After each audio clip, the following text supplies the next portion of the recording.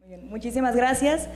Vamos a dar inicio con la mesa temática número 2 de este seminario, siguiendo con las lecciones en la institucionalización del sistema de monitoreo.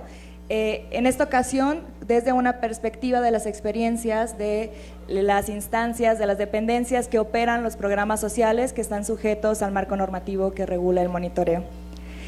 Bueno, rápidamente les comento de nuevo la dinámica de la mesa. Lo que se quiere generar es un foro de discusión. Se van a presentar 3 preguntas, vamos a tener 5 minutos de participación por cada persona. Sin embargo, puede haber interacción entre los panelistas, puede haber comentarios, puede haber réplicas.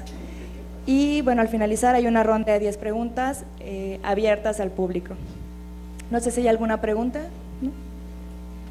Perfecto.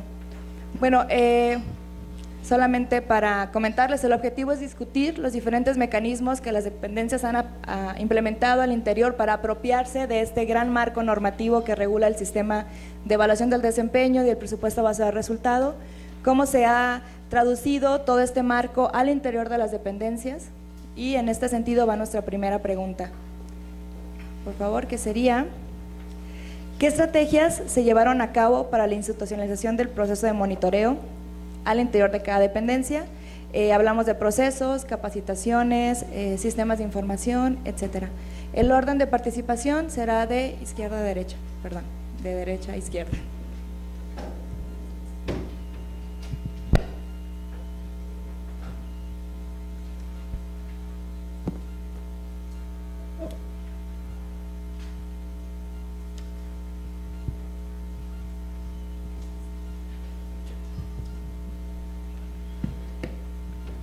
Bueno, buenas tardes, muchas gracias primero por la invitación a Coneval y por el espacio que va a funcionar este seminario para, como bien decía Gonzalo y Edgar al inicio de la ponencia, para reflexionar en este término de administración y para la administración que viene y el proceso de transición en el método de cómo tendríamos que estar pensando en el monitoreo para los programas en general. Al interior de la Sedesol, nosotros tenemos en el reglamento interior facultades y atribuciones explícitas para coordinar el tema de indicadores y de la matriz de indicadores para resultados, y eso nos ha permitido que a partir de las atribuciones en el reglamento interior modifiquemos y generemos sistemas, no solo en la UR que se encarga, es la unidad de evaluación, la Dirección General de Evaluación y Monitoreo, sino en las otras URs que operan los programas. Es decir, no solo tenemos el sistema de Coneval, sino que nosotros tenemos ciertos espejos al interior de la dependencia para algunos programas en donde ellos van reportando normalmente y cotidianamente sus indicadores. Previo a que lo carguen en el PASH o previo a que lo carguen en los sistemas de Coneval, ellos al interior nos dejan ver a través de un usuario todos los indicadores que tienen en sus programas, y con eso permite que nosotros podamos tener reuniones con ellos y hagamos una mejor coordinación. Ese es el primer punto. Por ejemplo, para los programas que tienen este tipo de sistemas, casi todos en nuestros programas tienen ya un sistema informático donde ellos van cargando sus indicadores. Por ejemplo, de nuestros 18 programas que se clasifican como de desarrollo social al interior de la dependencia, 10 ya cuentan con este sistema. Los que no, nos mandan normalmente vía Excel o vía los pantallazos, las fotos de pantalla con los indicadores que están cargando, y eso nos permite coordinarnos mejor con ellos. Al final del día, estos sistemas lo que permiten es que cuando tenemos que tomar determinaciones acerca de la matriz de indicadores para resultados, podamos juntar a todas las áreas, y los ha funcionado bastante bien. Por ejemplo, la de GEMS participa no solo en el procedimiento de los indicadores y en el de monitoreo, sino también aprovecha estas mesas para implementar semanas de aspectos susceptibles de mejora o semanas particulares para modificaciones a reglas de operación. Por ejemplo, al final del año siempre tenemos reuniones previas con la unidad de planeación, también con la de análisis y prospectiva, y a veces involucramos también a la Dirección General de Programación y Presupuesto y a la Unidad de Lavado General cuando son cambios normativos que afectarían el presupuesto. De igual forma, tuvimos el año pasado por un proyecto específico que se contrató en la unidad de planeación, un tablero de monitoreo y planeación en el cual no solo la Dirección General de Evaluación exponía los principales argumentos de evaluaciones, sino que comprometía ciertas modificaciones a los indicadores con base en las mesas de trabajo que hemos estado desarrollando con Coneval. Y para el tema de los programas que no son coordinados a nivel central, por ejemplo los institutos como el IMJUVE, lo que hemos buscado hacer es que de 3 años para acá se haya modificado la forma en la que hemos trabajado con ellos, no solo a través de crear el sistema que les mencionaba, donde cargan sus indicadores, sino que nos inviten a sus reuniones de coordinación para implementar cualquier modificación en sus indicadores y en la matriz de marco lógico. Sin más, yo creo que esa sería la forma en la que nosotros hemos internalizado el sistema de monitoreo al interior de la Sedesol. Creemos que existen buenas áreas de oportunidad, por ejemplo, en términos de capacitación.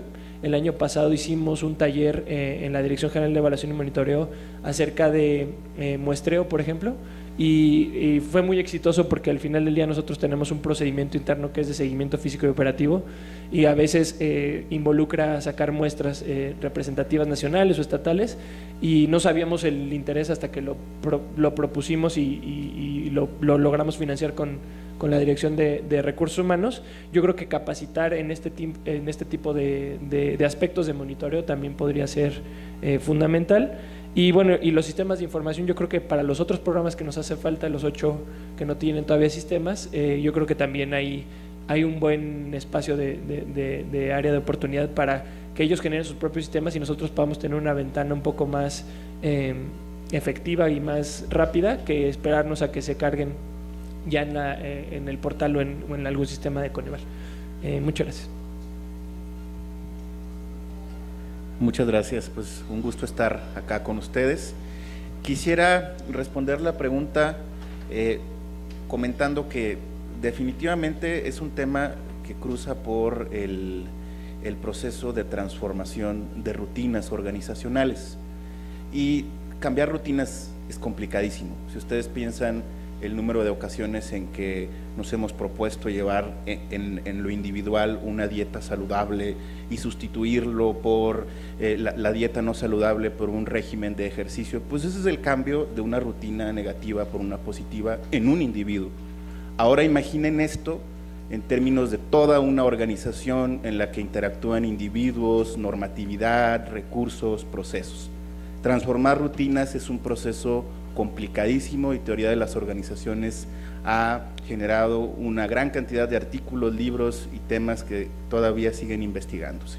Entonces, definitivamente no hay un único camino para cambiar rutinas e institucionalizar aspectos como los relacionados con el sistema de monitoreo, pero creo que es pertinente compartir las experiencias que caso por caso nos pueden dar lecciones importantes. En el CONACYT partimos hace 5 años, casi 6, de un punto de partida bastante endeble. Una sola subdirección se hacía cargo de 10 programas presupuestales. Cuando digo cargo, era cargo únicamente de las tareas de monitoreo y evaluación, pero son muchas. Y tenemos programas ESES, ES, US, CAS, PES, tenemos todos absolutamente. Entonces eso generaba un dilema importante. Nuestras matrices no todas estaban bien evaluadas, de hecho teníamos muchas insuficiencias. Y al hacer el diagnóstico, claro, lo primero fue pensar en desafíos técnicos, tecnológicos, pero nos dimos cuenta que el principal problema interno que teníamos era un problema de legitimidad y de visibilidad de la unidad de evaluación dentro del CONACYT. Entonces la primera tarea fue, por supuesto, con el respaldo del titular de la dependencia, transformar la subdirección de evaluación en una dirección completa, con capacidades al menos mínimas suficientes para poder atender los temas con personas conocedoras de monitoreo, evaluación y de todo el sistema de evaluación del desempeño. Lo siguiente, una vez que tuvimos esta unidad de evaluación más robusta, fue, por supuesto, construir y tejer la red con el conjunto de responsables y operadores de todas las unidades responsables. Y el primer reto que enfrentamos es que no hablábamos definitivamente el mismo lenguaje. Lo primero fue generar una serie de talleres y de capacitaciones durante 2 años, todos los jueves a las 8:30 de la mañana, que creo que fue complicado, pero al final se acabó, por supuesto, institucionalizando, y logramos generar una serie de conceptos compartidos con los colegas que operaban los programas sobre qué era una MIR, qué era un indicador, qué significaba desempeño, cómo definir las poblaciones, cosas que para alguien que está inmerso en los temas de evaluación son obvias, pero que es importante el lenguaje compartido para ahorrar tiempo y ser mucho más eficientes. Y lo tercero fue construir y crear un comité interno, porque claro, hay normatividad que nos regula todos los procesos del Coneval, de la UED, de la auditoría hacia la dependencia, pero hacia adentro cada quien se organiza. Nosotros no teníamos nada.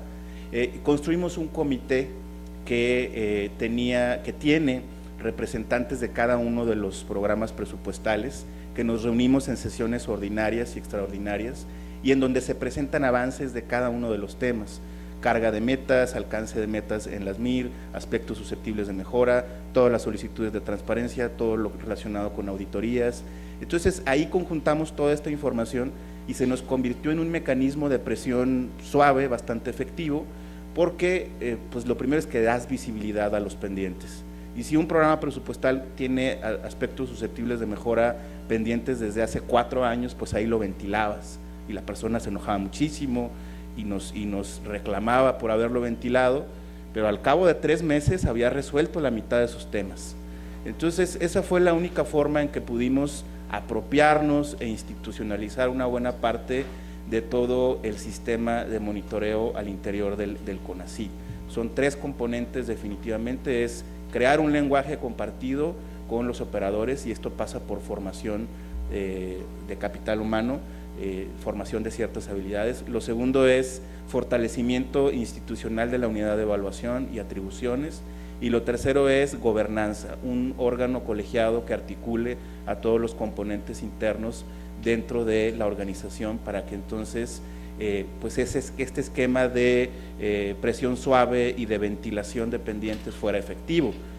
La clave o el factor que cerró la pinza es que este comité emite un informe semestral directamente al director general del CONACYT, y el director general del CONACYT, en sus evaluaciones semestrales con cada uno de las direcciones generales del CONACYT, lleva su reporte semestral de evaluación y monitoreo y repasa los incumplimientos con cada uno de los responsables de las áreas. Eso nos dio muchísima visibilidad y empoderamiento. Gracias.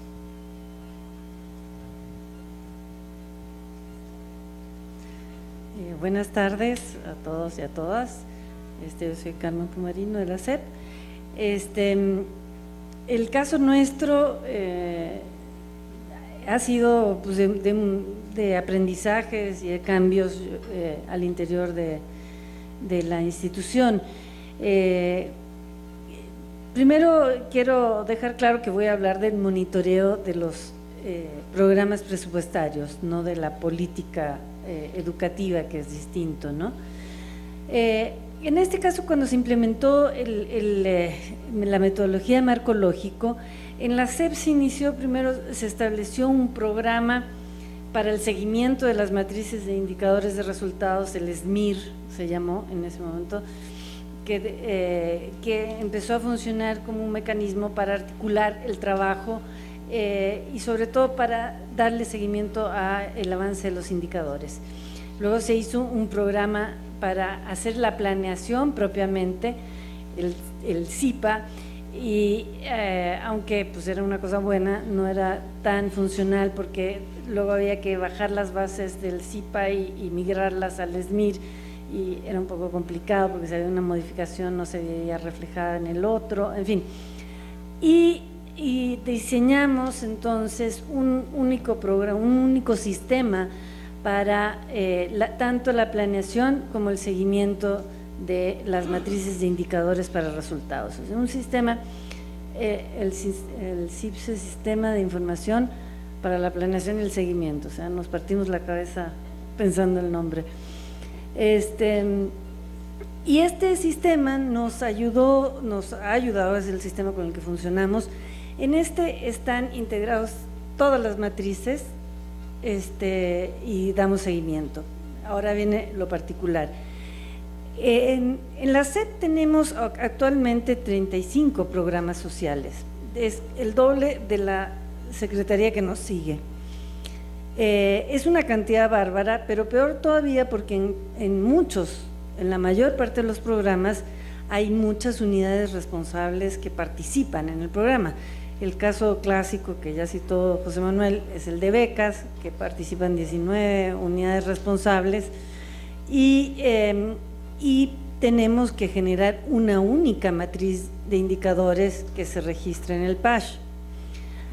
Al interior tenemos 19 matrices, una por cada unidad responsable, y esto nos ocurre en muchos programas. El programa de servicios de educación media superior deben ser unos 10 unidades responsables, el de educación media superior otras, y así. Entonces, ¿qué hemos hecho? Ya se hicieron, y se tienen que hacer recurrentemente capacitaciones, talleres, en fin, para poder generar capacidades para el desarrollo de estas matrices. Lo que institucionalizamos fue reuniones por programa presupuestario. Entonces nos tomamos como 3 semanas haciendo reuniones de planeación. Convocamos a todas las áreas, y para nosotros convocar áreas es a veces convocar a la UNAM, a la UAM, al CIMBESTAB, en fin. Y esas reuniones la verdad es que han sido muy útiles, porque tenemos que acordar una matriz, como unas veces es muy difícil, porque tenemos poblaciones distintas entre las distintas áreas, tenemos programas particularmente complejos, por ejemplo, el fortalecimiento para la calidad de la educación, que está incluido básica y superior, y no tienen nada que ver. Y llevamos años tratando de hacer algo bien, y no hay manera, pero bueno. El punto es que en estas reuniones partimos por la definición del problema público, y ahí me parece que hay una clave muy importante. Si el problema público que va a abordar el programa no está claro, pues todo el resto está mal. O sea, creo que la experiencia nuestra es muy clara en eso. O sea, en el problema público es donde definimos la población objetivo, la intervención que se quiere hacer, en fin. Cuando eso no está bien, ya, el resto sabemos que vamos a tener dificultades en los siguientes pasos. Y lo que implementamos en estas reuniones es levantar minutas y establecer los acuerdos. El problema público que vamos a entender todos nosotros es ¿ok? Entonces ahí nos seguimos. Solo así podemos, a partir de 19 matrices, integrar una. Si no, no hay manera. No es nada fácil, o sea, nada fácil poner de acuerdo a tantas unidades responsables que tienen encomiendas muy distintas. Pero tener esa minuta nos ha ayudado también para que no digan, son los de planeación los que nos están cambiando las cosas, que siempre hay que buscar un culpable, ahí está la minuta. Pero también para responder a auditorías y evaluaciones y todo, dice, fue el acuerdo de todas las áreas. Y la concertación es algo fundamental, pero muy difícil. Creo que otro de las cosas que hicimos, nada más para rápido, creo que sí aporta, es tanta la información que se genera y que nos aportan distintas instancias como el Coneval, la Hacienda, la auditoría, en fin, y lo que generamos nosotros, que hicimos un portal, el PAP, portal aplicativo, ¿portal de qué es? Es que como ya empezamos a hablar en siglas, eso, portal de apoyo para la planeación y la programación. Y entonces ahí está la información, es simplemente una plataforma donde metemos todo. Y está desde hace varios años, y para hacer la planeación para el siguiente uno se remite y dice, a ver, este programa, ¿qué evaluaciones tuvo? ¿Cuál fue su matriz? ¿Cuál fue? En fin, y está todo para el que quiera usar y tenga y requiera información. Muchísimas gracias. Bueno, de los comentarios podemos sintetizar que se han identificado al menos 4 estrategias claves para la institucionalización del sistema de monitoreo. Hablamos de uno fundamental donde coinciden todas las dependencias, que es la coordinación o la gobernanza. Platicábamos de la semana MIR, del comité de CONACYT, el tema de las reuniones de planeación, pero hablábamos de esfuerzos no aislados en materia de capacitación y fortalecimiento de las capacidades de esos funcionarios, la relevancia de las unidades de evaluación y monitoreo dentro de las dependencias, que es resultado fundamental, y la sistematización de la información, que bueno, ¿qué haríamos en el uso de las tecnologías con 19 unidades responsables? La siguiente pregunta va un poco a reflexionar en torno a si estas estrategias han funcionado para los fines del monitoreo, que es finalmente generar información relevante sobre el desempeño de los programas que sirvan de semáforo para la toma de decisiones. La pregunta es, ¿cuáles estrategias han sido efectivas? Y yo abundaría, ¿cuáles son los retos que identifican los más importantes desde sus trincheras?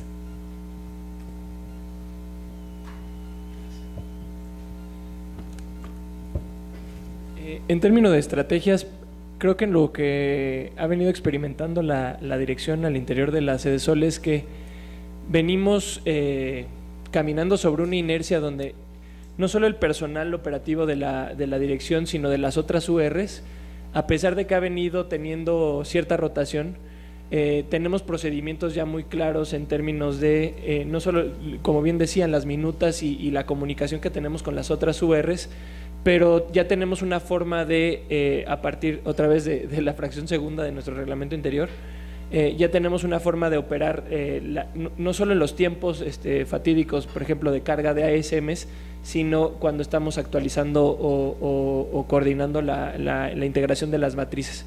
Entonces, esa inercia ha permitido que, aunque lleguen nuevos elementos, tanto a las URs como a la de GEMS, permite que puedan aprender sobre lo que ya se estaba haciendo y como lo tomen como dado y no empecemos de cero y hablo un poco de esa parte como del lenguaje común, que creo que es fundamental. Entonces, la parte de establecer las dinámicas, sobre todo los ciclos, por ejemplo, cada año ya sabemos, este fue un año atípico por la transición, pero ya sabemos más o menos cuándo vamos a hacer la semana, cuándo nos vamos a reunir con qué programas.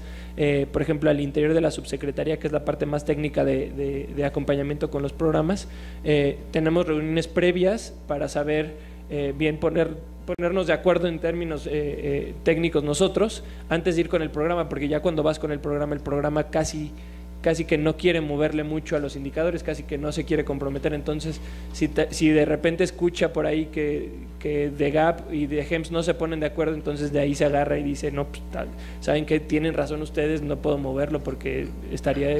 Y entonces, por ejemplo, definir esa parte con el tablero de control y de planeación que elaboró la UPRI, nos permitió tener esas reuniones previas a nuestro propio ciclo de evaluación y monitoreo.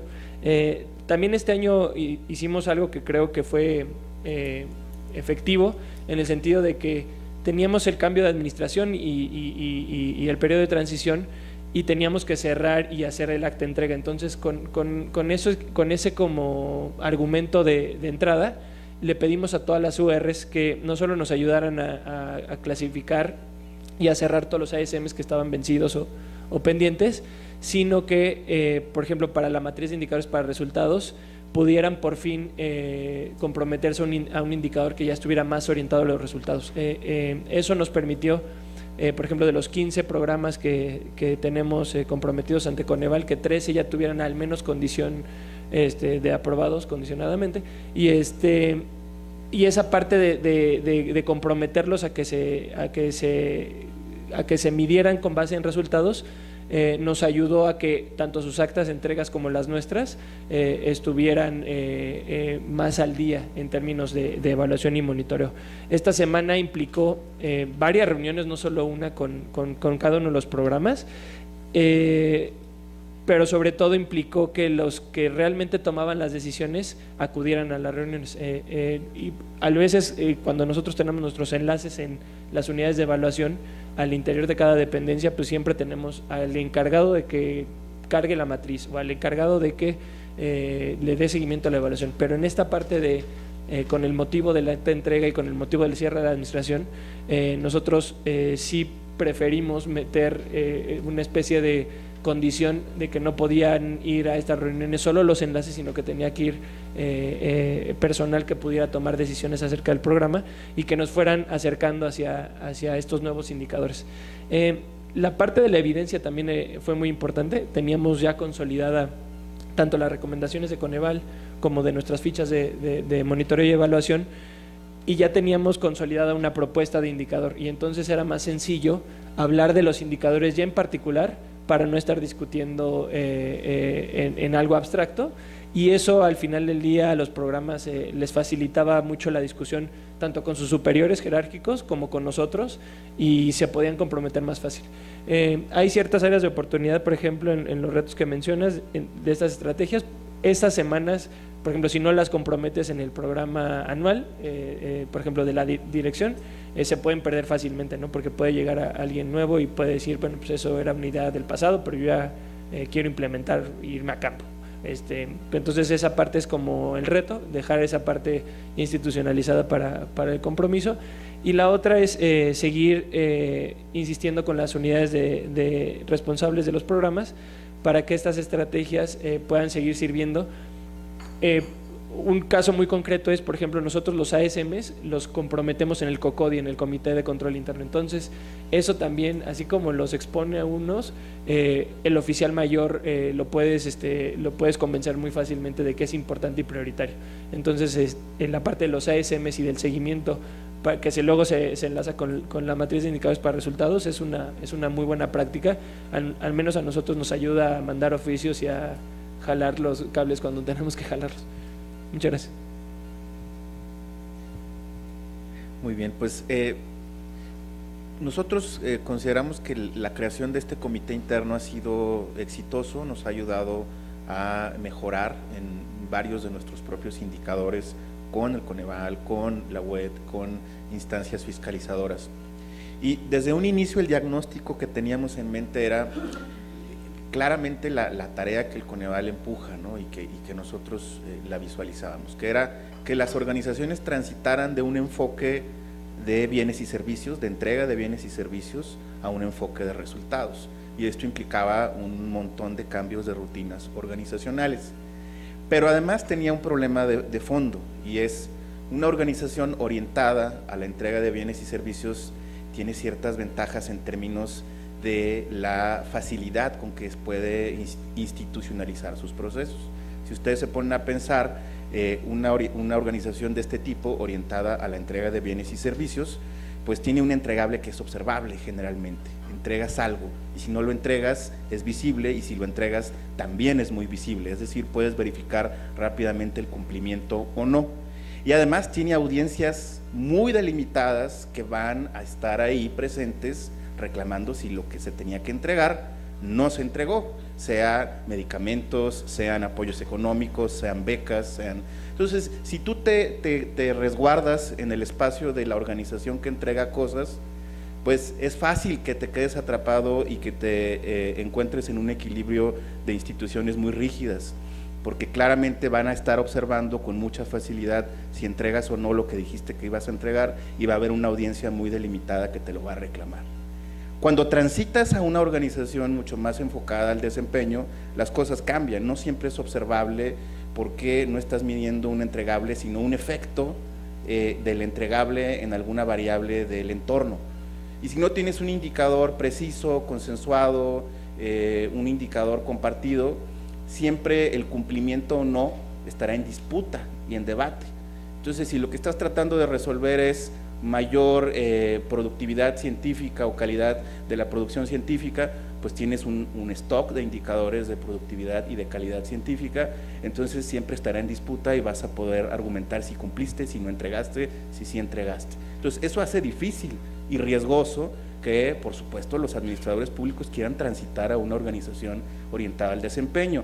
Lo otro son las audiencias. ¿Quiénes son las audiencias? Pues ya no están delimitadas, porque no estás entregando algo específico, sino estás midiendo un cambio en la realidad, y si el cambio es desarrollo científico, combate a la pobreza, están de acuerdo que la audiencia a la que le interesa eso es mucho más general, no está delimitada, entonces tiene mucho menos probabilidades de poder reclamar cuando eso se cumple o no. Entonces, el objetivo del comité era justamente tratar de resolver algunos de estos problemas. ¿Cómo? Definiendo un indicador, empoderándolo y dejándolo fijo, y en todas las reuniones mostrando los resultados para que quedara muy claro si se estaba entregando o no respecto a ese indicador lo prometido. Entonces, de esa manera tratamos de solventar el primer problema. Y el segundo problema fue, por supuesto, construir una audiencia interna dentro del CONACYT, entre los propios miembros del comité, para que pudieran estar ellos mismos haciendo valer los compromisos ahí generados. También construimos y tratamos de generar mucho más puentes con audiencias externas, y aquí el Coneval fue fundamental. Hemos estado todo el tiempo teniendo ayuda de esta dependencia, de esta institución, yendo y manifestándose como un agente externo que da validez a lo que nosotros internamente hablamos con las instancias operadoras. Curiosamente, no es lo mismo que nosotros se lo digamos al operador de un programa a que llegue alguien del Coneval, tiene mucha más legitimidad. Los retos a futuro, bueno, claramente son los mismos que comenta nuestro colega de Cedesol. Todo esto que se pudo realizar fue en buena medida porque desde la cabeza de la institución había un compromiso, una afinidad con todos los temas de evaluación. Hacemos votos porque todo esto que se ha desarrollado esté lo suficientemente institucionalizado para que pueda no depender de una persona, sino de los propios procesos, pero bueno, siempre está el riesgo latente. Bueno, nosotros como estrategias a destacar, un poco yo creo que lo que mencioné, de tener un sistema robusto que permita hacer la planeación directa y poder integrar toda la información. Yo insisto, el problema nuestro fundamental es el tamaño de la SEP, y eso nos obliga como estrategias a sistematizar y ordenar. Eso sin duda ayuda. Creo que algo que nos ha ayudado mucho, y no porque esté en Coneval lo voy a decir, sino de verdad nos ha aportado los talleres que hemos hecho específicos. O sea, cuando analizamos un programa y nos encerramos una mañana y analizamos a fondo, eso a veces ayuda mucho más. Dedicarle toda una mañana al análisis de un programa nos ayuda mucho más que hacer 20.000 revisiones y auditorías y evaluaciones y no sé qué. Creo que ese es un asunto que se podría trabajar más todavía y poder hacer talleres sobre programas y empezar desde el problema público nuevamente, ¿no? En indicadores creo que hemos ido avanzando. Ha sido una desgracia cargar con indicadores del programa sectorial que nos pesan y nos sacan las matrices mal evaluadas, pero no ha habido manera de cambiarlos, y esta es una rigidez del sistema que pues, no tiene sentido. Entonces, hay cosas que hemos ido avanzando, por ejemplo, esto que mencionabas de las escuelas de tiempo completo. Bueno, esa es otra carga, ¿no? Cuando los compromisos presidenciales tienen que quedar en todas partes. Entonces, nos ahorcan. Bueno, tenemos indicador, número de escuelas de tiempo completo, ya nuevo presupuesto, no llegamos a la meta, en fin, ya lo asumimos, pero como que nos lo restregan cada año, entonces es terrible. Y en cambio, internamente hemos ido avanzando, porque decía, a ver, escuelas de tiempo completo, ¿para qué? ¿No? ¿Para tener más tiempo? ¿Es guardería o qué? No, escuelas, más tiempo para mejores aprendizajes, más tiempo para que se ocupe en aprendizajes, y se implementó un sistema para medir el tiempo de aprendizaje en el aula, y se capacitó a supervisores para que hicieran la medición en el aula, y se avanzó mucho en todo eso, y eso no queda reflejado en ninguna parte, porque lo primero que salía siempre eran números de escuelas de tiempo completo.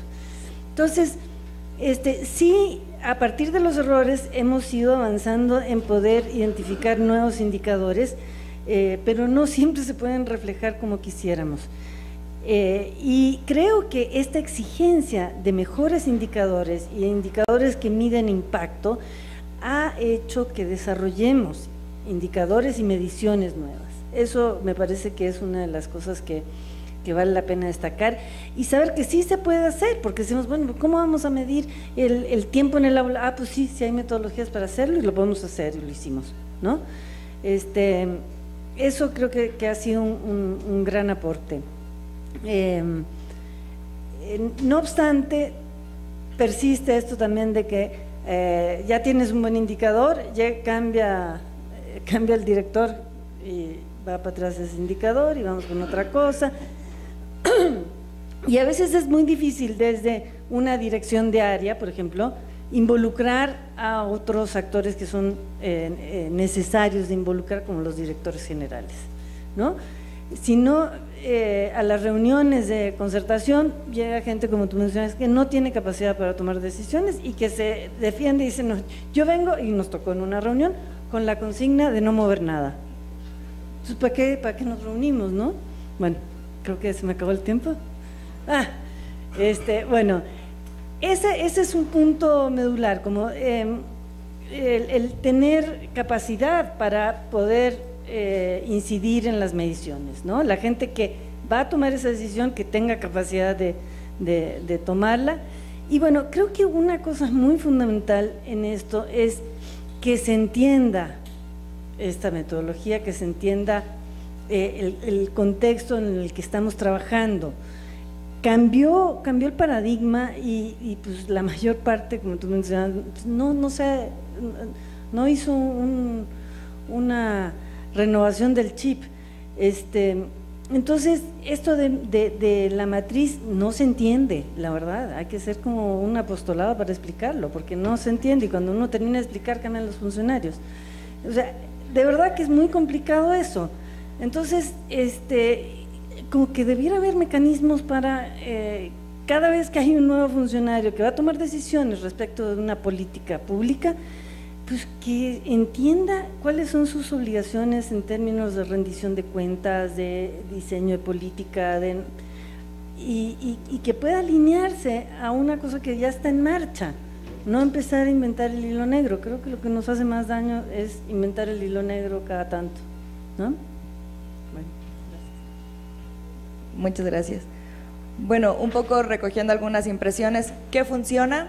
La institucionalización de estos mecanismos, incorporar a normativa interna, procesos, impulsar la orientación a resultados, como comentaban en CONACYT, coordinarse, funciona, y la capacitación continua. Curiosamente, estos también se plantearon como retos dentro de cada una de las dependencias. La falta de permanencia tal vez de estas acciones, que no haya una continuidad tras gobierno o que trascienda a funcionarios, y la capacitación constante. Un poco en este sentido y con énfasis en la coordinación es la siguiente pregunta, que tiene que ver con qué actores son los claves para el funcionamiento del sistema de monitoreo. Ustedes como áreas coordinadoras, y bueno, con la dificultad particular de CEP, ¿cuáles son las instancias, las áreas? Y yo agregaría, por una reflexión que salió en la mesa, ¿qué nivel, o sea, qué participante es clave? Porque también depende de qué persona está sentada en esas mesas, son las decisiones y los acuerdos que se llegan. Por favor. Bueno, yo en ese tema creo que empezaría diciendo primero las URs que sean requeridas serían todas en teoría, pero también depende mucho del ciclo en el que estés, ¿no? Por ejemplo, si estás al inicio del año, lo que nosotros nos ha venido funcionando es que siempre esté de GPP, ¿no? O sea, porque si hay algún indicador o alguna ASM pendiente que implica recursos, que luego no llegues a la mitad del año y te digan, no, pues es que la verdad no lo presupuesté y no sabía que tenía que solventarlo y no sabía qué implicaba. Y posteriormente, en otro tipo de reuniones, la parte técnica, por ejemplo, nosotros cuando pensamos en diagnóstico, en propuestas de atención y luego en evaluaciones, siempre pensamos en qué ciclo del proceso de evaluación va cada programa. Entonces, en función de eso, citamos a las áreas. Normalmente siempre hacemos como un comité técnico con planeación, con análisis prospectiva y con gente de padrones, porque cualquier determinación sobre poblaciones o sobre el objetivo del programa o sobre los alcances implica que ellos hagan cambios al interior de sus direcciones. Y siempre intentamos convocar a los directores generales de estas URs, porque aunque no vayan ellos, saben que las determinaciones que se tomen en esa reunión van a ser vinculantes. Entonces, por ejemplo, si normalmente tenemos experiencia con una UR, por ejemplo, que es Padrones, que normalmente su director general no va, pero manda a alguien que sabe que tiene implicaciones esa reunión, entonces manda a alguien de nivel DGA que sí puede tener toma de decisiones en términos de qué modificaciones hagamos a las poblaciones. La otra parte es, yo creo que el OIC y el abogado general a veces funciona para destrabar ciertos ASMs o ciertas cosas con ciertos indicadores. Entonces esa parte es fundamental. También se tiene que cuidar mucho cuando se convoca ese tipo de reuniones, porque generalmente a veces duran más tiempo de lo que esperarías, porque siempre se meten abogados y dura más tiempo, pero ay, perdón, pero el tema sí es importante, porque sí destraba modificaciones que a veces el programa dice no lo puedo hacer, y el OIC o el abogado general sí te dicen no hay ningún problema, nada más verifiquen esto, o pásenme la redacción y la reviso. Entonces esa parte como que nosotros sentimos que nos ha funcionado. Y omití decir que un poco la parte de la capacitación, en la pregunta pasada, un poco la parte de la capacitación va en el sentido de que no solo hay que capacitar al personal, sino que también hay que identificar en ciertas URs quién es el personal operativo, porque a veces, por ejemplo, cuando cambian los directores generales o los DGAs, puede ser un área de oportunidad, porque como bien no tienen mucho conocimiento del programa en ese momento, puedes irte directamente al operativo, que ya capacitaste, o que ya vino a una de estas encerronas con CEPAL aquí en Coneval o cosas así, y ellos ya fácilmente transmiten la idea. Entonces es un área de oportunidad que nosotros sentimos que mientras el personal operativo, el que sí mueve el lápiz ahí en materia de evaluación, esté capacitado, creemos que él sí es fundamental que vaya, o sea, es el enlace que es fundamental que vaya. Muchas gracias. Gracias. Pues sí, respecto a la red de actores relevantes, nosotros hemos detectado una red como con 5 niveles distintos, algunos ya los comentaba nuestro compañero y también la colega de la SEP. En el centro, por supuesto, la importancia que tiene como actor la unidad de evaluación, que tiene que estar en un mismo nivel y en comunicación muy constante con la dirigencia de la dependencia. Si esto no se da, va a ser muy difícil que lo demás avance. Entonces, las tareas de la unidad de evaluación pues es de coordinación, de articulación, de traducción, porque bueno, tiene que ser el nodo que interconecte, por ejemplo, en el segundo, ese es el primer nivel, que interconecte en el segundo nivel a toda la red de operadores de las unidades responsables, que pueden ser directores o directores generales adjuntos o cualesquiera que sea el nivel. Y con ellos hay un flujo de comunicación en 2 direcciones. Este primer nivel define, acuerda, ajusta, y después debajo de ese nivel hay otro que es muy importante, que es una red de las personas que son las que realmente cargan en el PASH, cargan en el SAS, remiten los correos, envían.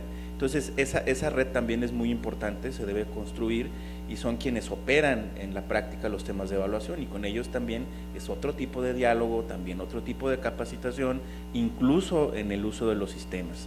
Y hacia afuera pues también hay otro conjunto de actores muy importantes. Están todos los actores que son externos a la organización, norman, supervisan, y por supuesto también pueden emitir opiniones, recomendaciones y a veces sanciones, y ahí tenemos al Coneval, a la UED, entre muchos otros. Entonces tienes que construir toda esta red y tienes que construir mensajes diferenciados con cada tipo de actor con el que estás interactuando.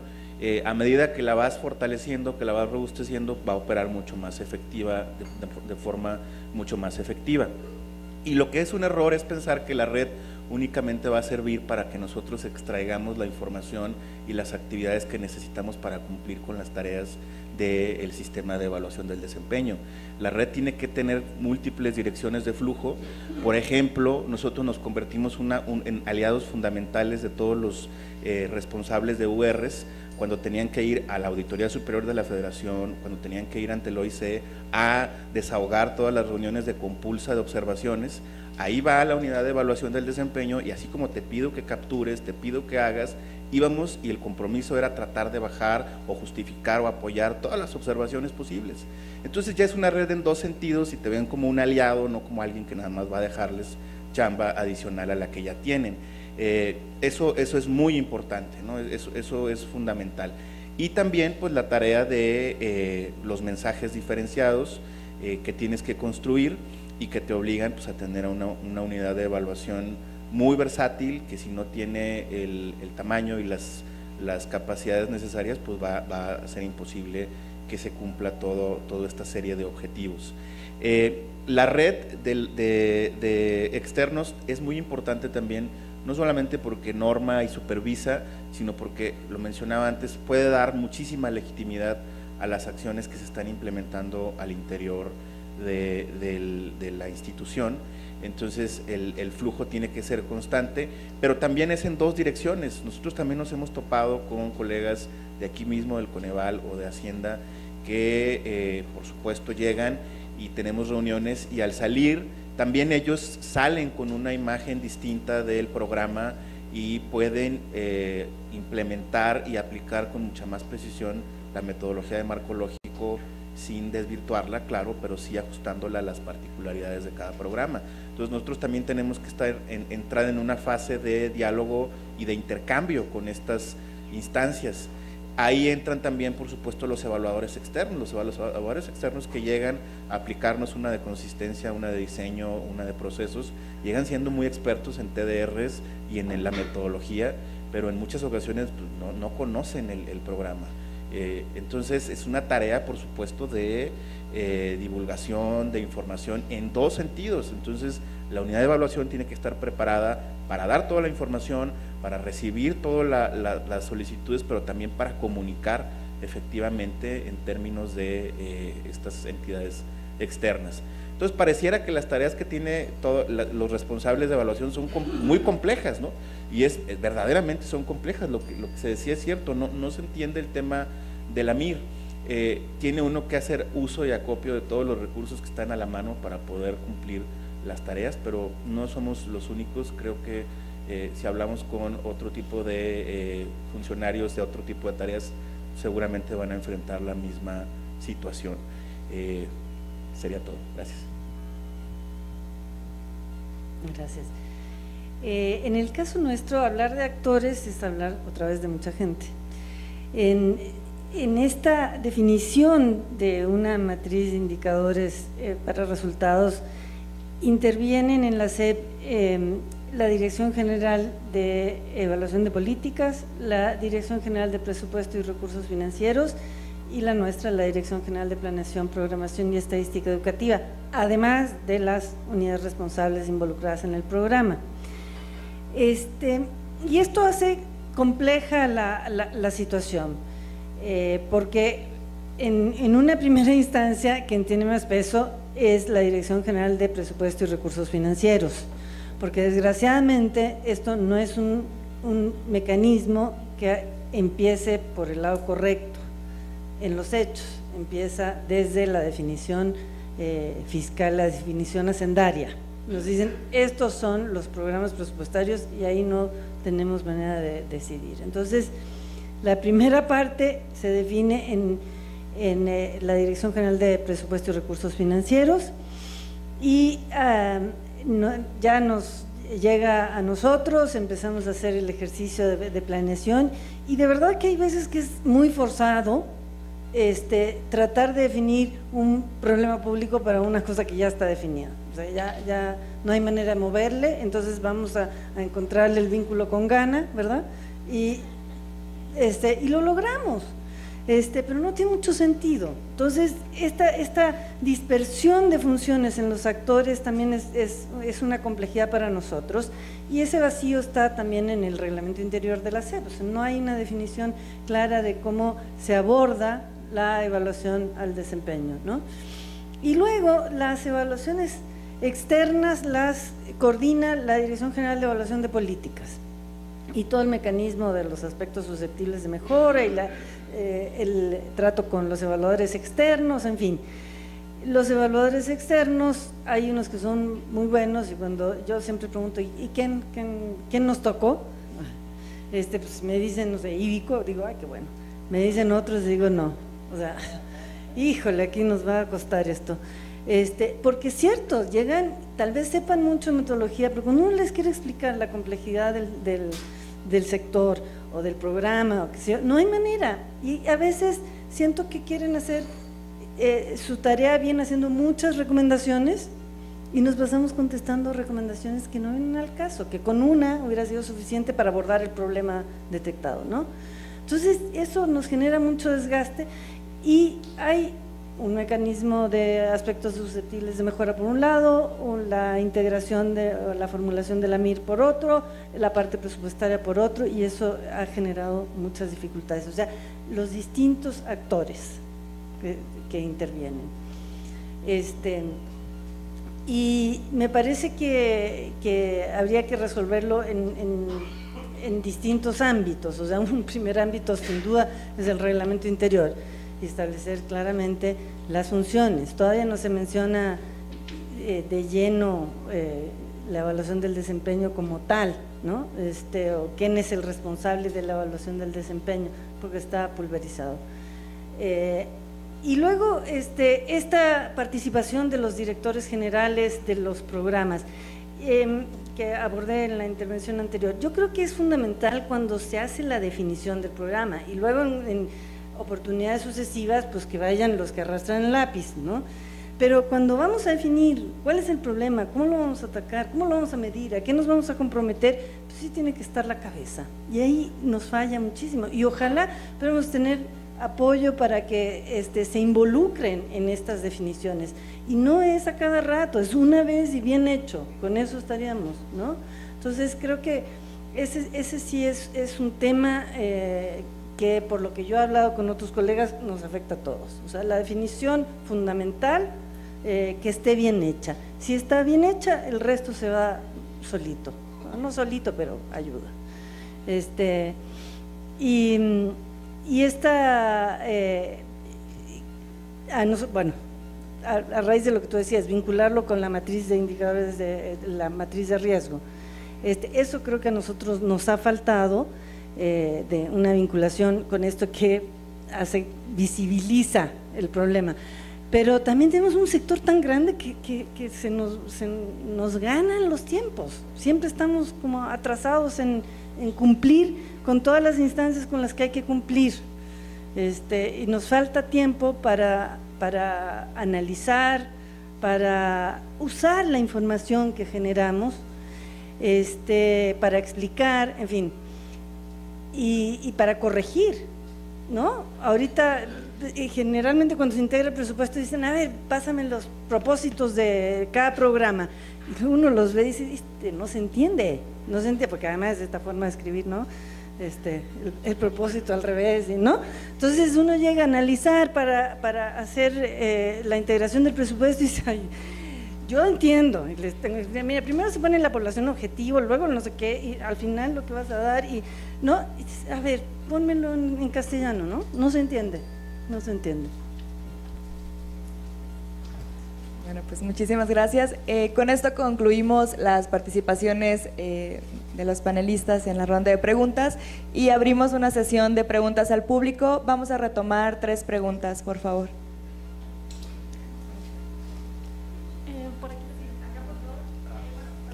Hola, ¿qué tal? Muy buenas tardes. Julio Martínez, quisiera obviar la Secretaría con un propósito en particular. Destaco el gran esfuerzo que ha hecho CONACYT, porque es sumamente exitoso, creo yo, y creo que sería un parteaguas para que se replicara en el resto de la administración pública. Ahora yo ya estoy más preocupado de cuando entré. Efectivamente, hoy siendo 11 de octubre, todavía no tenemos los lineamientos para la elaboración del anteproyecto de presupuesto de 2019. Hay una infinidad de incertidumbre de qué a qué se le dará continuidad, qué nuevos programas se incorporarán, cuáles ya no serán del interés de la administración entrante en darles continuidad, y todo lo que ello representará, ¿no? Ya se ha platicado del cumplir por cumplir, y en ocasiones de un día para otro elaborar diagnósticos, generar matrices. Pero sí quisiera conocer la postura de CONACYT, que creo que aún estamos a años luz respecto a ese congregado o a ese comité que se ha institucionalizado en el centro, en el consejo, para pues, retomar de ahí ideas e irlas planteando tal vez al grupo de transición. Digo, creo que habría sido muy oportuno haber cacareado todo esto del monitoreo para que lo fuera conociendo el grupo de transición respecto de todo lo que se ha hecho y que ha trascendido ya en 2 administraciones, y que realmente valoraran todo el trabajo y esfuerzo que se hace en cada una de las dependencias. Sí quisiera conocer la postura de CONACYT respecto al reto inmediato que tenemos, que deberá de atenderse en un lapso menor a mes y medio. Gracias. Acá tenemos otra pregunta. El doctor, por favor. Muchas gracias. Muy buen panel, realmente muy buen panel. Tengo muchas preguntas, pero déjame ver, poner algunas. Una, desde su punto de vista, ¿cómo resolver y qué hacer cuando el programa que llega a ser la matriz ya está decidido? Ya lo decidió el secretario, el presidente, el papa, no sé. ¿Cómo hacer? Porque como tú tienes toda la razón, si llegas con un programa ya hecho y nada más le adornas la matriz, no tiene ningún sentido. Mejor hay que hacer otra cosa, hay que usar el tiempo en otra cosa. No tiene ningún sentido. O tiene sentido si en el primer instancia, por las prisas políticas y presupuestales, se hace, pero en el subsiguiente periodo, entonces, ¿no? Lo mejoras, cuando ahora sí con tiempo tú puedes ir a ver, ojo, ¿no? Porque si no, no tiene sentido. ¿Qué hacer? O sea, en concreto, ¿cómo lo ven ustedes en la práctica? En la práctica real, no ojalá, en la práctica real de la economía política, de cómo. Y la otra es también, te digo, son muchas, pero voy a dejarlo en 2. ¿Cómo hacer más fácil y más amigable el lenguaje de la MIR? Si esto fuera, parece que puede ser un impedimento, yo estoy de acuerdo. ¿Cómo hacerlo más amigable? Y si vale la pena poner en la MIR todo lo que ponemos. Una más acá, por favor, y concluimos la ronda.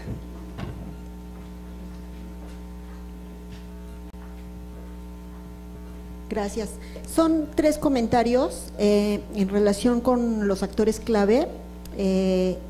Yo agregaría, en el caso de los actores clave, sí se mencionaba el caso de la Secretaría de Hacienda. A mí me parece que mientras no se vincule el desempeño con la asignación presupuestal, los titulares de dependencias, los titulares de programas difícilmente van a hacerle mucho caso a la MIR.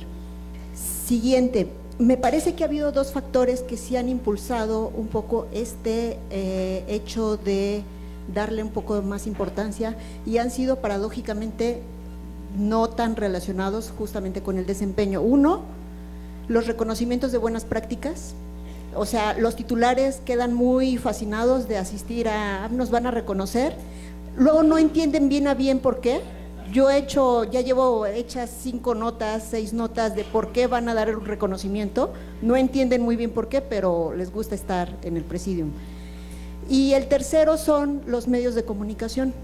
Las fichas de monitoreo, por ejemplo, o sea, son cosas así tan exóticas que no les hacen caso, pero cuando sale la nota periodística, entonces sí hay que explicar, hay que decir, hay que, ¿no? Ahí sí falta un poquito también de cultura con los medios de comunicación para explicarles y para que entiendan y sepan interpretar muy bien cuando uno establece debilidades o oportunidades de mejora en alguna evaluación, pero bueno, ese ya es otro tema. Pero sí me parece que son aspectos que han empujado a que los titulares de programas o de dependencias le piensen un poquito más respecto a los indicadores, a las evaluaciones, al monitoreo en general. Muy bien, muchas gracias. Bueno, comenzamos con las respuestas. Creo que la primera iba dirigida.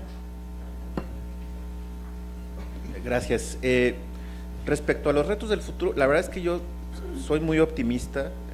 Hablando del caso del CONACYT, hemos tenido decenas de reuniones con el equipo de transición y han visto con mucho interés el caso del COSECYT.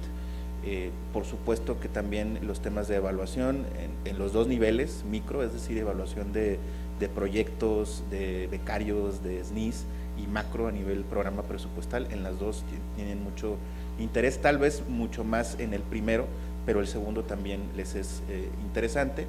Y probablemente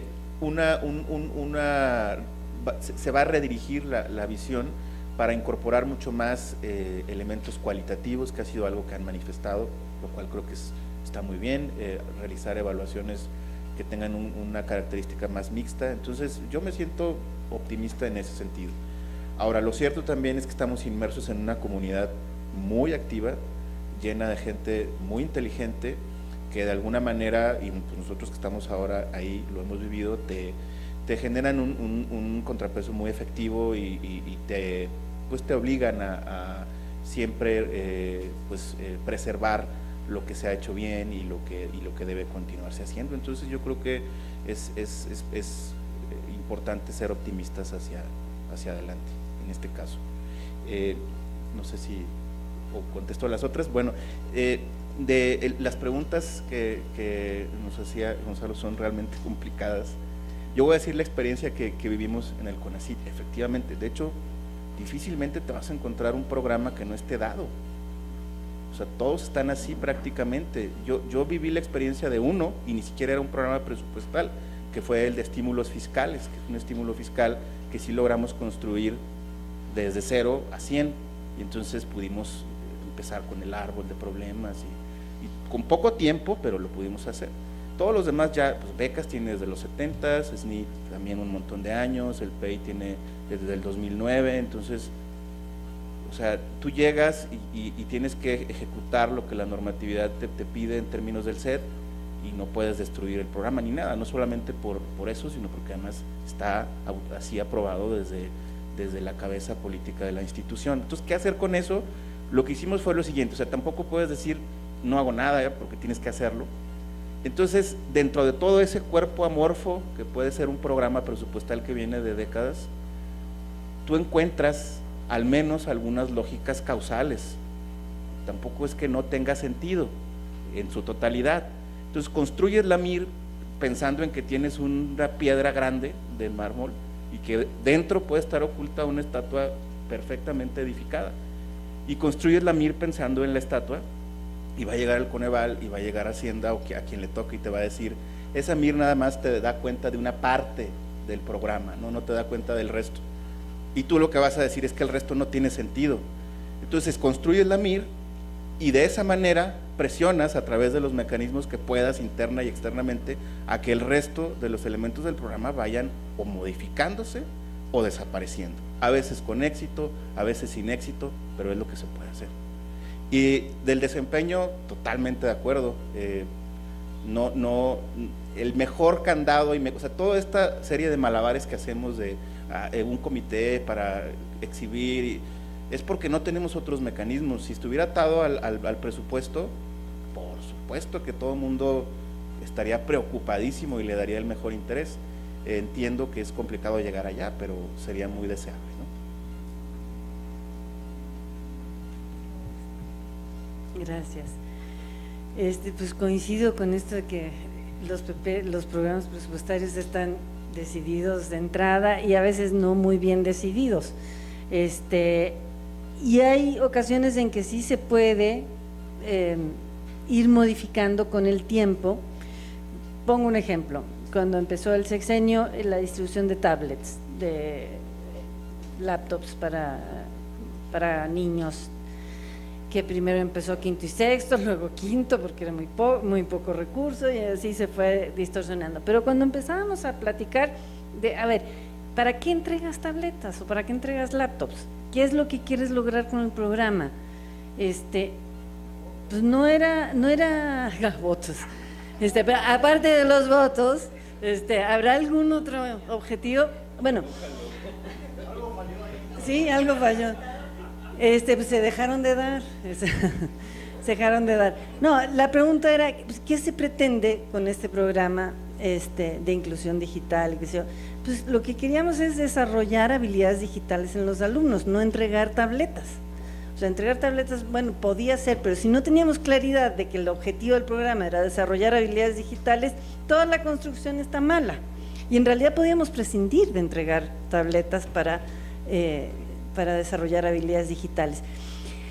A ese programa se le ha dado la vuelta, o sea, y seguimos, después de muchos años, no nada más en este gobierno, sino seguimos sin saber muy bien cómo entrarle a las habilidades digitales con los alumnos.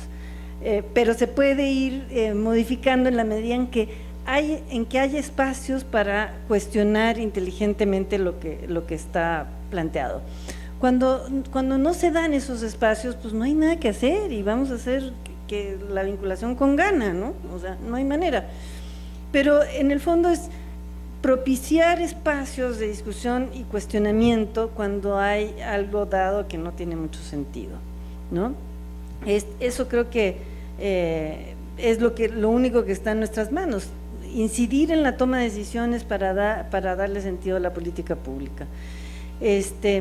Y creo que pues ahí la ayuda de las instancias externas es muy útil en esos casos, ¿no? O sea, si nos dice, ay, es que el Coneval nos dijo, ahí sí nos toman en cuenta, ¿no? O Hacienda está sobre esto, ok, ahí nos toman en cuenta. Luego, el lenguaje de la MIR, pues sí, yo creo que es complicado para alguien que no entiende la metodología que le sea funcional. O sea, de hecho, creo que no es funcional para la gente que está al margen de este trabajo. Y luego tenemos que traducir lo que está en la MIR a otro lenguaje y, bueno, explicar ahora el nivel fin. No sé qué les pasa, pero a mí me cuesta muchísimo. ¿Cómo? Todos contribuyen a, y te leen el objetivo sectorial, dicen, no, es que la contribución es, o sea, es como imposible, ¿no? Entonces sí es mejor primero procesar la información para entregarla. La MIR así, a bote pronto, no sirve. ¿Qué es un medio de verificación? Bueno, pues, o sea, no es fácil. Entonces, creo que la información que está en la MIR es buena, pero tenemos que saber cómo explotarla para que se use, ¿no?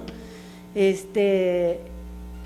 de alguna manera ya van metiéndose el lenguaje, los componentes, ya algunas directores generales entienden de qué se trata cuando uno habla de componentes, ¿no? Pero ¿dónde está el impacto?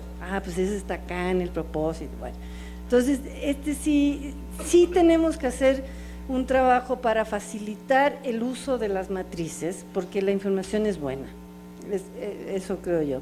Ahora, hay cosas que se pierden, por ejemplo, los registros administrativos no quedan reflejados y a veces pues estamos perdiendo el registro de información porque sustituimos todo por la MIR, ¿no?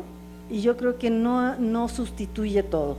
Es importante mantener algunos registros administrativos que hacen pues la información básica para seguir adelante con las instituciones, ¿no? Lo de los reconocimientos de buenas prácticas, a nosotros Sí nos han dicho que escribamos lo que hicimos, pero nunca hemos tenido tiempo para escribir lo que hemos hecho, entonces no hemos sido merecedores de nada. Y los medios de comunicación, bueno, es que también los medios dicen unas cosas, o sea, en el nivel fin fallaron porque no tuvieron, la auditoría dice que fallaron porque no cumplieron con el número de escuelas de tiempo completo, y dices otra vez escuelas de tiempo completo, ¿no? O sea, los medios de comunicación pues dicen lo que quieren decir, y la verdad hay que generar notas para contestar y explicar, y es una pérdida de tiempo terrible, ¿no? Porque toman resultados muy al pie de la letra de lo que dicen las auditorías, no el contexto, entonces te sacan una cosita y ya se interpreta pésimo. Entonces es como, no sé, inútil, o sea, armarse de paciencia y contestar nada más, ¿no? Yo nada más, brevemente, y siguiendo un poco lo que ya expusieron, cuando un programa o nuestra experiencia a partir de CEDESOL, cuando un programa ya está dado, y efectivamente yo creo que sí no tienes mucho margen de maniobra, pero sí hay ciertos componentes que puedes ir metiendo, ¿no?, en la MIR, que tú ya sabes a priori si es una buena idea o mala idea, ¿no? Y que esperas que con el tiempo la evidencia te dé la razón, ¿no? Entonces, para justo incidir en este tipo de toma de decisión, a veces cuando escoges los indicadores, cuando escoges el famoso numerador y el denominador, ya sabes más o menos si eso va, si el diagnóstico tiene sentido o no con lo que vas a poner en la MIR, y sabes que en cierto tiempo puedes poner un indicador interno, puedes poner otro indicador externo que no dependa de ti, y con eso contrastar para decirle, oye, ¿qué crees que este programa, así como lo estabas planteando, pues tal vez habría que replantearlo para que no salgamos tan mal en esto, no salgamos… Entonces yo creo que esa parte de cómo incidir a partir de indicadores siempre es fundamental, porque puede ser que te enfrentes con una buena idea, o puede ser que te enfrentes con una muy mala idea que ya está dada, y que sí, efectivamente quieres poner el ideal en la MIR y orientarlo hacia allá, pero siempre vas a tener como fricciones internas, y deberías de tener mecanismos externos para contrastarlo con evidencia y decirle, pues mira, creo que no fue tan buena idea, podríamos cambiar el rumbo para acá. Pero yo creo que los numeradores, denominadores y los indicadores son fundamentales.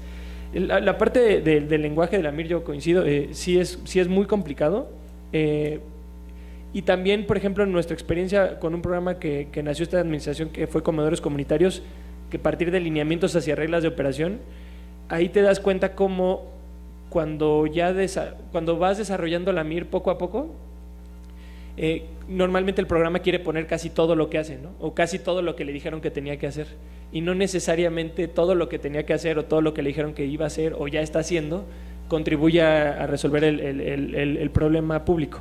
Entonces, yo creo que lo que le deberíamos de quitar a la MIR sería más o menos hacer una buena revisión al interior de cada dependencia de qué componentes trae esa matriz, y si todos abonan, porque a veces mejoras un indicador y te dicen, pero deja el otro, y tú, bueno, pues si ya el otro ya, o sea, ya habíamos dicho, ya superamos esa discusión, ya este indicador ya no tendría mucho sentido, es mejor medir este. No, pero es que yo ya hice toda una burocracia interna administrativa para medir ese indicador, entonces déjalo, porque si no ya como que la parte, y esa como que siempre vas a enfrentar esa parte, y yo creo que si la MIR, o sea, si cada programa hiciera como su flujo, ¿no? Yo resuelvo el problema y entrego esto y hago todas estas acciones, yo creo que esa discusión con la cabeza en su momento, el director general, lo que sea, valdría mucho la pena para que ellos replanten su propia MIR y su propia gente y su distribución de personal. Y la parte del desempeño con base en el presupuesto, yo creo que sí, coincido, si ese fuera el caso sería mucho más sencillo. También es muy importante siempre involucrar a las áreas de programación y presupuesto, porque así como nosotros estuvimos platicando que ir y presentarle el programa a Coneval le da una muy buena idea, también ir y presentarle el programa a DGPP le dan una muy buena idea cuando lo cuestionan en Hacienda. Entonces a veces sí, yo creo que es desconocimiento de que no tenemos a veces el tiempo de exponérselos, pero yo creo que, por ejemplo, con la MIR, lo que a nosotros nos ha funcionado es que hay ciertos indicadores que hacemos vinculantes, es decir, por ejemplo, si tienen que hacer un seguimiento físico y operativo, entonces a partir del seguimiento físico y operativo obtenemos un indicador y lo comprometemos en la MIR, y entonces ya saben que cuando venga la matriz del próximo año, entonces van a tener que incorporar el presupuesto y van a tener que volver a hacer el seguimiento y van a volver. Entonces, sí, sin decirles que pongan presupuesto, les estamos diciendo pongan este indicador que depende de esta acción o actividad, y esa actividad involucra presupuesto. Entonces ya saben que ellos que tienen que ejercer cierto recurso para medirse y para evaluarse o para ir a encontrar la satisfacción del beneficiario en campo. Y sí, el reconocimiento de buenas prácticas siempre ayuda para que te hagan muchísimo caso. Siempre también es bueno involucrar a las otras áreas, decirles. A veces, por ejemplo, nosotros en la dirección hemos ganado reconocimientos, pero no por nuestro trabajo. Como bien decía, por ejemplo, el año pasado el tablero era de la UPRI, y hubo otro sistema, el sistema de información social integral era de padrones. O sea, también es, como bien decías, como que de dos vías, decirles, siempre te estoy pidiendo cosas, siempre te estoy pidiendo indicadores, pero también reconozco tu trabajo interno, que has avanzado en esto y me gustaría comprometerlo a este tipo de reconocimientos. Creo que también eso le ayuda mucho a las URs. Y el tema de la auditoría es fundamental. Mientras más te vean participativo en las auditorías, que resuelves ese tipo de temas que son los que más le preocupan. Soy un operador del programa, yo creo que lo que más le preocupa es cuando lo auditan.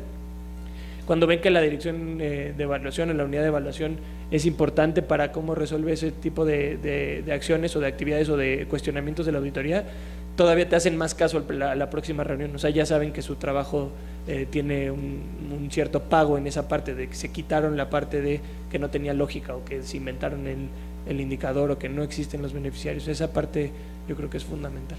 Muchas gracias. Muchísimas gracias a todos los ponentes de esta mesa. Todas las reflexiones, las valiosas reflexiones que se han vertido sobre esta mesa de análisis se retomarán en un documento de memorias del seminario y bueno, se los haremos llegar y compartiremos con todos. Muchísimas gracias, concluimos esta mesa.